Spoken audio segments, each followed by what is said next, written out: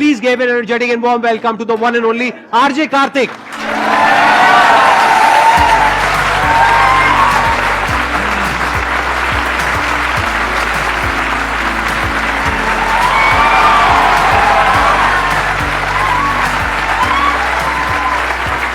Please बैठिए. मैं अपने बारे में बता देता हूँ पहले थोड़ा. प्लीज. हाँ. तो दोस्तों, राजस्थान में एक झालावाड़ जिला है, उसमें भवानी मंडी नाम का एक छोटा सा कस्बा है. वो जो टाउन है सर, बड़ा इंटरेस्टिंग है. वहाँ पे जो रेलवे स्टेशन है, टिकट जो देने वाले हैं वो एमपी में बैठते हैं, टिकट लेने वाला राजस्थान में खड़ा होता है. सो वो डिवाइडेड इनटू 2 स्टेट्स. तो मुझे लगता है चेतन भगत जी को वहीं से आइडिया आया था 2 स्टेट्स का. तो प्लेटफॉर्म पर ये बड़ा कमाल का किस्सा है. वो भवानी मंडी एक ऐसा कस्बा है जहाँ से मैंने 18-19 साल में वहीं पला बढ़ा, और वहाँ से मैंने बड़े बड़े सपने देखना शुरू किया कि लाइफ में करना है तो कुछ बड़ा करना है. फिर मैं जयपुर में पढ़ने के लिए आया हुआ था, और वहाँ मैंने आरजे सिड को सुना, और उनको सुन के मुझे लगा कि यार ये तो मैं भी कर सकता हूँ, मुझे भी इसके लिए ट्राई करना चाहिए. तो मैं अब तक बड़ी बड़ी पर्सनालिटीज़ से मिला हूँ, काफ़ी लोगों के इंटरव्यूज़ किए हैं, क्योंकि इस प्रोफेशन में मुझे 12 साल हो गए. लेकिन मुझे आज भी वो मुलाकात जो मैंने आरजे सिड से की थी, जो अब आरजे सिद्धू नाम से मुंबई में शो करते हैं, वो आज भी मुझे याद आती है कि उनसे हाथ मिलाना और वो बात करना, और वो जो 15-20 मिनट का इंटरेक्शन था. सो मेरी लाइफ का वो मेमोरेबल मोमेंट था जिसने लाइफ चेंज कर दी थी. फिर मैंने आरजे के लिए ट्राई करना शुरू किया. बहुत सारे लोग मुझसे पूछते हैं कि आरजे कैसे बन सकते हैं, क्या कर सकते हैं. मुझे लगता है कि सर लाइफ में सिर्फ आपका हार्ड वर्क ही आपको सक्सेस दिला सकता है, उसका कोई शॉर्टकट नहीं होता है. सो मैंने 2000 तकरीबन मेरे पुराने लैपटॉप में रिकॉर्डिंग्स हैं, आरजेस जितने हुआ करते थे सारे चैनल्स के आरजेस को सुना. और एक एकलव्य वाली कहानी है, क्योंकि मैं छोटे कस्बे से आता था, तो आपको मालूम है कि जो प्राइमरी एजुकेशन है उसमें प्रोनाउंसिएशन की बड़ी मिस्टेक्स थी मेरी, और एक अच्छा आरजे होने के लिए आपका प्रोनाउंसिएशन बहुत अच्छा होना चाहिए. तो मैंने डायरी में वर्ड्स को लिख लिख के प्रैक्टिस किया, सिमिलर वर्ड्स को, और फिर जैसे तैसे मैं तैयार हुआ. उस वक्त जो लोग कहते थे मुझसे कि भाई तेरा कुछ नहीं हो सकता, तू रेडियो के लिए नहीं बना, वो लोग आज कॉल करके कहते हैं कि मेरी मौसी का लड़का है यार, एक बार वीडियो कॉल पे बात कर लो.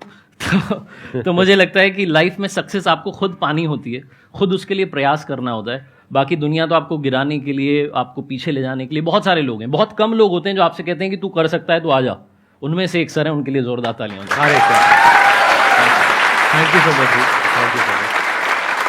मैं झूठ नहीं बोलूंगा, बहुत ईमानदारी से कह रहा हूँ कि जब मैं वहाँ खड़ा हुआ था, अभी तकरीबन 5 मिनट में था वहाँ पर, तो मुझे ऐसा लग रहा था कि मैं विजुअलाइज कर पा रहा था कि आप किस पोस्चर से, किस तरीके से बात हो रही होगी. तो मैं इतना आपकी आवाज़ से फेमिलियर हो गया. तो मुझे लगता है एक चीज़ मैं इस पर कहना चाहता हूँ सर, अगर आप इजाज़त. प्लीज. किसी ने बड़े कमाल की बात कही है कि आवाज़ अच्छी हो तो कुछ लोग सुनते हैं, लेकिन अगर बात अच्छी हो तो बहुत सारे लोग सुनते हैं, है कि नहीं?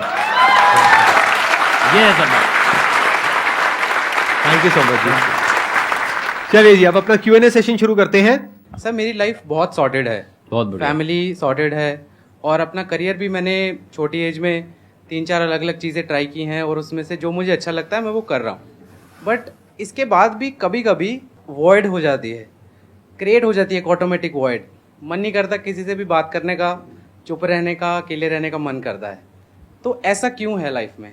अदरवाइज सॉर्टेड है, सब सॉर्टेड है, सब सही चल रहा है ना, कोई प्रॉब्लम नहीं है, कोई कोई दिक्कत नहीं है. टेंशन ये भी तो दिक्कत है अपने आप में. I was about to say that. मैं यही बोलने वाला था कि ये बहुत बड़ी दिक्कत है कि सब लाइफ सही में से सब चल कुछ रहा है. सही चल रहा है. जब सब कुछ परफेक्ट है तो बचा क्या लाइफ में करने के लिए? मतलब आप समझ रहे हो. अभी मैं इसको थोड़ा बिल्ड करूंगा, इससे पहले कि आप प्लीज थोड़ा. मैं तो सर सिर्फ इतना कहना चाहता हूं कि किसी ने बड़े कमाल की बात कही है कि दुख की रात नींद नहीं आती, और सुख की रात कौन सोता है. तो ना तो दुख की रात नींद आती है, और ना सुख की रात नींद आती है. सुख हो जाता है कि अरे यार अब तो क्या ही कर दिया, नींद ही नहीं आती. सच हुआ होगा आपके साथ. नींद कब आती है? जब ना तो सुख है ना दुख है, बीच में कहीं चल रहे हैं. So it's all about to create a balance in life. और कभी कभी ऐसा लग रहा है कि खालीपन है, तो उस खालीपन को महसूस कीजिए, अपने आप से बात कीजिए, घूमने चले जाइए, मोबाइल को हटा दीजिए. कब तक उसको ऐसे ऐसे चलाते रहेंगे आप? क्या मिल रहा है उसमें? कई बार आप में से कितने लोगों के साथ ऐसा होता है कि कुछ नहीं हो रहा है, कोई नोटिफिकेशन नहीं आ रहा है, कोई आपको मैसेज नहीं कर रहा, फिर भी आप 11-17 हो गए, 11-18 हो गए, 11-20 हो गए. ये क्या है? What is this? हमें इससे बाहर निकलना पड़ेगा, अदरवाइज हम उसके कंट्रोल में आ रहे हैं, वो हमारे कंट्रोल में नहीं रहा. अब हम देख रहे हैं जबरदस्ती. किसी ने आपको हेलो नहीं लिखा, किसी ने आपको लाइक नहीं किया फोटो पे, कुछ नहीं हो रहा है, आपने कोई पोस्ट भी नहीं डाली है 10 दिन से, सब कुछ खाली, फिर भी आप देख रहे हो. होता है ना सर? तो हमें उससे समय निकाल के अपने लिए समय निकालना चाहिए. कभी आपको ऐसा लग रहा है कि आपकी जिंदगी में ऐसा समय आ गया कि अब बिल्कुल खालीपन है, तो अपनी आत्मा से बात कीजिए. मुझे लगता है कि आप अपने आप के बहुत करीब जाएंगे. वो ऐसा समय है जब आपको वो जो ऊपर वाला अपने पास बुला रहा है कि कुछ समय मेरे लिए भी निकाल, सब कुछ तो तुझे दे दिया है. आप कह रहे हैं ना आपको सब कुछ मिल गया है, सब सॉर्टेड है, तो फिर उनके लिए कुछ हो जाए, ऐसा मुझे लगता है. लाइफ में जब हमको वो मिल जाता है ना जो हमको चाहिए होता है, उसके बाद में एक नई प्रॉब्लम शुरू हो जाती है कि अब करें क्या, खाली हो गए. देखो, जिसकी लाइफ में कोई प्रॉब्लम है उसके पास में तो एक ही गोल है ना, और गोल बिल्कुल क्लियर है कि मुझे ये अचीव करना है।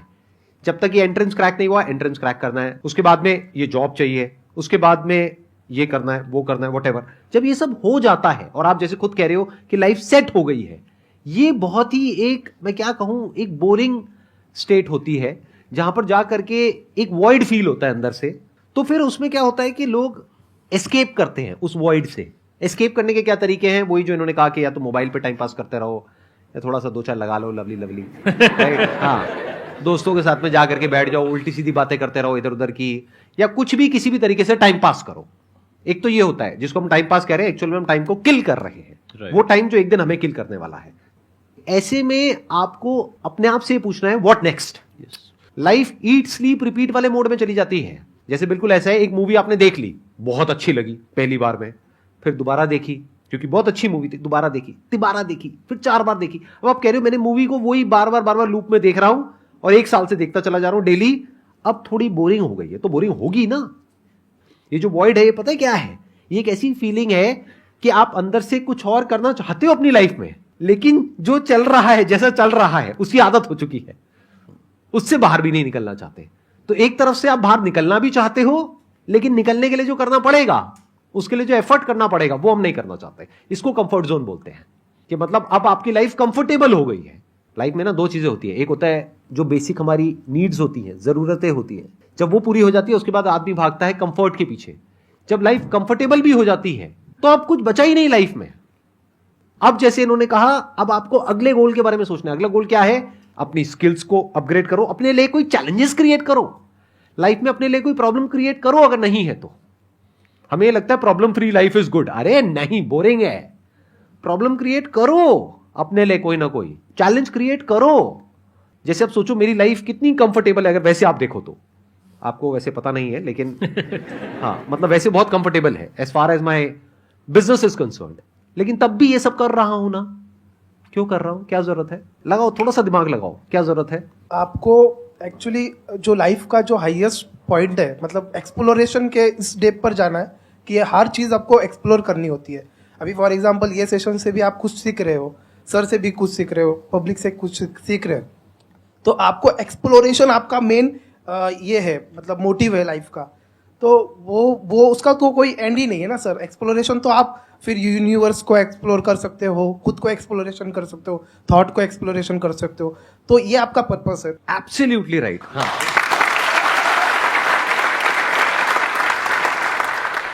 एक्सप्लोर करने में नई नई चीजों को, नई नई जगहों को, नई नई चीजों को मजा आता है ना। मानो यूनिवर्स है, उसको आपको एक्सप्लोर करने का मौका मिल रहा है, मजा आएगा या नहीं आएगा?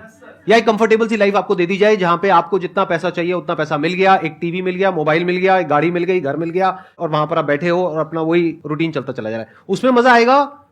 या एक्सप्लोर कर रहे हो पूरी दुनिया को, पूरे यूनिवर्स को? That is option number 1। एक और ऑप्शन है, वो क्या है? आप पूरी दुनिया को एक्सप्लोर नहीं कर रहे हो, क्योंकि दुनिया को एक्सप्लोर करने में बहुत एफर्ट करना पड़ेगा। आप यहां जाओगे, वहां जाओगे, और दुनिया इतनी बड़ी है कि आपकी लाइफ छोटी पड़ जाएगी। दूसरा भी एक तरीका है, वो क्या है? आप खुद को एक्सप्लोर कर रहे हो। खुद में कितना कुछ है, हमारी जो बॉडी है, माइंड है, जो भी फैकल्टीज है of expressing ourselves in different ways, उसकी क्या लिमिट है? और अगर आप उसको एक्सप्लोर करने लग जाओ तो आप कहां तक जा सकते हो? मतलब आपकी अपनी जो कैपेबिलिटीज है, ये बॉडी को देखो एक इंस्ट्रूमेंट की तरह। जैसे गाड़ी एक इंस्ट्रूमेंट है ना, तो गाड़ी की एक लिमिट को हम एक्सप्लोर कर रहे हैं, तो गाड़ी की तो फिर भी एक लिमिट है, वहां पे दिख जाती है, स्पीडोमीटर में दिख जाती है कि ये लिमिट है, मैक्सिमम लिमिट है। हमारी लिमिट क्या है? इस इंस्ट्रूमेंट की लिमिट क्या है? बॉडी की लिमिट क्या है? माइंड की क्या है? इंटेलेक्ट की क्या है? लिमिटलेस। ये सिर्फ बोलने के लिए नहीं है, एक्चुअल में लिमिटलेस है। और अगर आप अभी एक्चुअल में स्पिरिचुअलिटी का मतलब समझ गए ना, कभी एक्चुअल में अगर अपने आप से क्वेश्चन पूछो what is spirituality, not how to be spiritual. हम ज्यादातर हाउ टू में जाकर के अटक जाते हैं, फिर कोई हमको मेथड दे देता है, फॉर्मूला दे देता है, टेक्निक दे देता है, उसको हम फॉलो करते हैं, पैटर्न में घूम जाते हैं। नहीं, ask yourself what is spirituality. इतने स्क्रिप्चर्स लिखे हैं तो कुछ तो वहां पे सच होगा ना। Let me find out. और सच 2 तरीके का होता है, एक दुनिया के बारे में, एक खुद के बारे में। जब खुद की जो डायमेंशंस हैं अलग अलग, माइंड की, बॉडी की, और उसके बियॉन्ड भी कुछ है, उस सब की, उसको जब आप एक्सप्लोर करते हो और फिर उस लेवल से किसी के साथ में कुछ शेयर करते हो, that is the real meaning of life.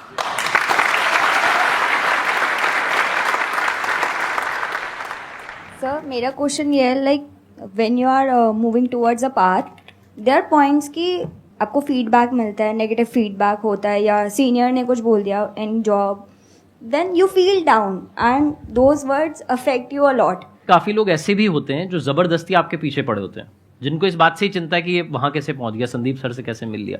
भगवान गौतम बुद्ध की एक कहानी है, वो अपने शिष्य आनंद जो उनके सबसे प्रिय शिष्य थे उनके साथ में एक बार जा रहे थे. सुनाता हूँ सर अगर आप कहें तो. प्लीज प्लीज, मेरे को मजा आ रहा है. हाँ. तो भगवान गौतम बुद्ध अपने प्रिय शिष्य आनंद के साथ में जा रहे थे और एक गांव से गांव दूसरे गांव जाते रहते थे, रोज उनका रूटीन था, प्रवचन करते थे. तो जब वो जा रहे थे तो उन्हें रास्ते में काफी देर से चल रहे थे, आनंद थक चुके थे, उन्हें लग रहा था अब रुक जाना चाहिए, ये चलाए जा रहे हैं. जैसे मान लीजिए मेरे बॉस हैं, ये गुरु हैं तो ये चलाए जा रहे हैं, मैं आनंद हूँ, मुझे लग रहा है कि क्या हो रहा है. तो एक व्यक्ति मिले, खेत में काम कर रहे थे, किसान थे, तो उनसे पूछा कि वो गाँव कितनी दूर है. उन्होंने कहा बस आने वाला है, 2 मील दूर है. तो उन्होंने कहा ठीक है. चलने लगे. वो आ ही नहीं रहा था. आनंद को भी लग रहा था कि 2 मील तो निकल गए आराम से, जितना कैलकुलेट कर पा रहा हूँ. फिर एक महिला दिखी जो लकड़ी उठा करके जा रही थी, तो उनसे पूछा कि माता जी गाँव कितना दूर है. उन्होंने कहा अरे बेटा बस पहुंच गए, आने ही वाला है. फिर चलने लगे. आनंद को लग रहा था गुरुजी कह रहे हैं तो चलना ही है. फिर तीसरे सज्जन मिले. जब उनको कोई मिल रहा था तो भगवान गौतम बुद्ध उसको देख के मुस्कुरा रहे थे और वो भी उनको देख के मुस्कुरा रहा था. तीसरे वाले मिले तो उन्होंने भी कहा बस आने ही वाला है, आप पहुंच गए. अब की बार आनंद का दिमाग खराब हो गया. उन्होंने झोला उठा के नीचे पटका, बोले गुरुजी बहुत हो गया, और ये क्या चल रहा है कि आप मतलब मैं आपका बहुत सम्मान करता हूँ लेकिन आप बार बार हंस रहे हो. बोले आनंद वो गांव दूर है, वो 20 मील दूर है, लेकिन ये जो 3 लोग मिले इन्होंने हमें 6 मील तक तो पहुंचा दिया. इन तीनों का शुक्रिया कि इन्होंने हमें कहा, इनका धन्यवाद कि आने वाला है. इसी चक्कर में हम 6 मील चलाए, तुम्हें पता भी नहीं चला. सो लाइफ में ऐसे लोग बहुत कम हैं जो आपको इस तरीके से आगे खींच रहे हैं, आगे बढ़ा रहे हैं. ऐसे लोग ज्यादा है जो टांग खींच रहे हैं. मुझे लगता है किसी ने बड़े कमाल की बात कही है कि लोगों की टांग खींचने के बजाय उनका हाथ खींचना चाहिए ताकि हम उन्हें आगे बढ़ा पाएं. तो ऐसे लोगों के संपर्क में बहुत बढ़िया. और जो आपके पीछे पड़े हुए हैं, जिनको इस बात से दिक्कत है कि इसको जॉब कैसे मिल गई है, इसको कैसे तो भी इसका माइंड खराब करना है, ऐसे लोग हमारे आसपास होते हैं, मानो या ना मानो बहुत सारे लोग हैं. तू क्यों चला गया वहां सेशन में, क्या मिल गया तुझे? ऐसे दोस्त आपके भी होंगे ना. आप बताओगे अभी शाम को कि संदीप सर से मिला था, आरजे कार्तिक आए थे, क्या चला गया, क्या कर लिया तूने, राइट? ऐसे लोगों के लिए सर किसी ने बड़े कमाल की बात कही है कि लोगों की बातों को दिल से मत लगाना. लोग तो अमरूद खरीदने से पहले पूछते हैं कि मीठे हैं ना, और बाद में नमक लगा के खाते हैं.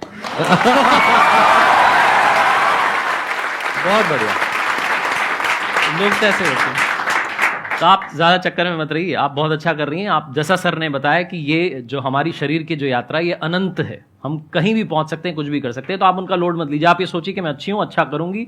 जहां आपको लगता है कि सही बात बोली उसको नोट डाउन कर लीजिए कि या मेरे फायदे की है. जहां आपको लगता है कि जबरदस्ती बोली गई है तो उसको अवॉइड कर दीजिए. इग्नोर का बटन बहुत आसान होता है, उसको दबाते चलिए, अच्छा रहेगा. बाकी सर ऐड करें. मैं थोड़ा सा यहाँ पे ऐड करूंगा. एक पॉइंट तक आप उनको इग्नोर कर सकते हैं जब तक कि वो आपके काम के बारे में बात कर रहे हैं. But once it gets personal, दोनों में बड़ा फर्क होता है. एक है आपके काम को क्रिटिसाइज करना, एक है आपके बारे में कुछ ऐसा बोलना जिसकी वजह से आपकी सेल्फ एस्टीम हर्ट होती है. There you have to take a stand.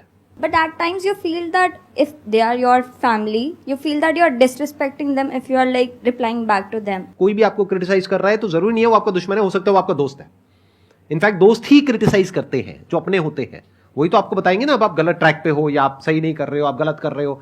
जैसे कस्टमर्स है वो क्रिटिसाइज करते हैं हमारे प्रोडक्ट को, सर्विसेज को, वो बोलते हैं नहीं इसमें ये खराब है वो खराब है, तो वो कोई दुश्मन थोड़ी ना हो गए. लेकिन अगर कोई आपकी सेल्फ एस्टीम को, सेल्फ रिस्पेक्ट को हर्ट कर रहा है, there you have to take a stand.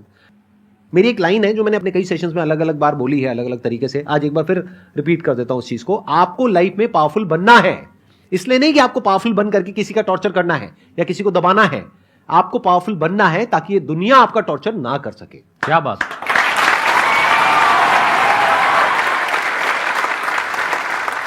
एक बार के लिए अगर आप बैठ जाएं तो Thank you so उसके much बाद जी. हम हाँ. आउट करते हैं ना. हाँ. एक सेकंड. जब मैं लोग बोलूंगा आपको है ना बोलना है. ठीक है जी, क्या बोलना है ना. अगर कदम रखना है तो आगे रख, क्योंकि पीछे खींचने के लिए तो लोग. ख्वाब देखने हैं तो ऊंचे देख, क्योंकि नीचा दिखाने के लिए तो लोग. तो कुछ कमाल करके तो दिखा, क्योंकि तालियां बजाने के लिए तो लोग हैं ना.